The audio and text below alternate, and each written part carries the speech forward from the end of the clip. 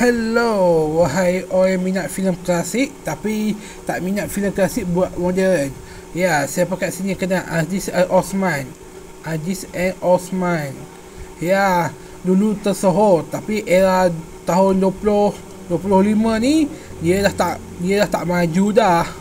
Ya, dia dah tak maju dah sekarang. Ya, sebab filem-filem dia ni dah teruk. Ya, dia berlakon pun agak kayu. Ya, kalau dia pencen berlakon tak apa. Jangan dia pencen buat filem sebab banyak orang tak ada kerja sekarang. Ya, yang tu saya setuju. Kalau dia pencen buat filem, nanti lebih banyak orang tak ada kerja dah. Ya, tapi dia buat filem dekat Kuala Lumpur je. Dekat negeri Perak tak ada pula. Ataupun kat Kedah tak ada pula dia kerja. Ya, jadi kalau dia pencen buat filem ke, pencen berlakon ke, lagi bagus. Ya, sebab banyak orang tak ada kerja sekarang ni. Ya, sebab dia popular kat Kuala Lumpur je. Nama dia tak popular pun kat Kedah ni. Ya, banyaklah filem dia dah dilupakan di Kedah. Ya, orang Kedah ke, orang Perak ke dah tak ingat dah Haji Osman. Saya ingat pun sebab saya tengok video viral. Haji Osman jatuh yang akan pencen.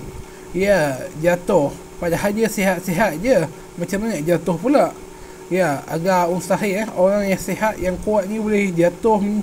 Ya, jatuh yang saya maksudkan tu bukan jatuh meninggal Ya. Oh ya, sebab pasal Haji Osman ni memang saya dah tengok dah filem-filem dia. Biasa-biasa komedi. Filem saya okey-okey saja.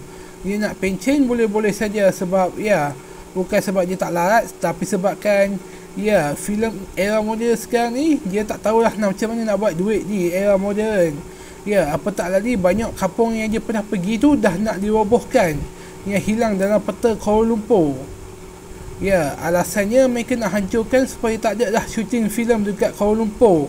Sebab banyak yang dengki dekat kampung Kuala Lumpur. Seperti kampung kita orang tak ada kesumbangan, tak ada filem. Ya, padahal kampung kita orang dah bekerja keras untuk bersihkan semua tapi tak ada munculnya filem. Kalau muncul kat TikTok atau YouTube adalah.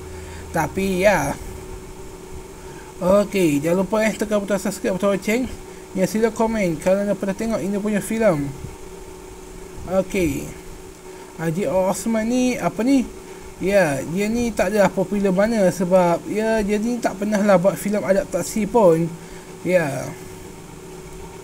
Okey, untuk filem dia ni biasa-biasa saja. Haji Osman ni makin lama makin tua, apa yang cakap bukan saya tak hormat orang tua tapi filem-filem dia dah tak okey dah sekarang ni.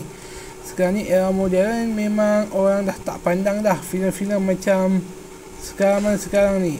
Filem zaman dahulu, zaman P. Ramlee ke, zaman Aziz Bakar ke, semua orang tak tengok dah. Haji Osman.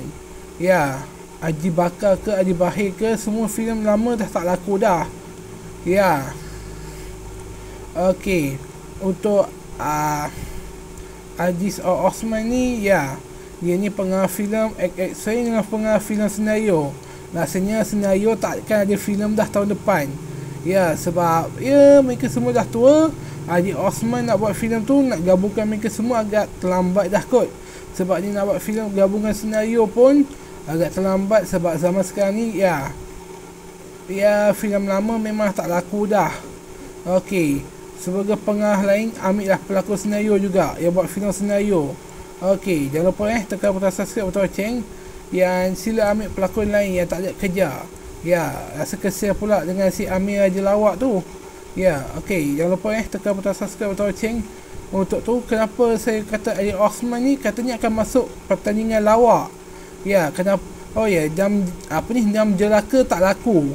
Filem dia ni kenapa tak laku? Ini komedi macam cerita P. Ramlee, yang cerita penjajah macam Mat Kilau digabungkan. Jadi tak ada apa yang gempak pun. Cerita komedi, tak ada aksi yang serius. Jadi filem ni memang dah tak laku sebab orang Malaysia dah tak peduli dah dengan komedi. Mereka cuma nak tengok pertarungan yang bagus, yang ada pesan-pesan yang bagus. Okey, jangan lupa tekan butang subscribe yang butang loceng. Kalau ada filem aksi penjajah yang elok, jangan lupa beritahu saya.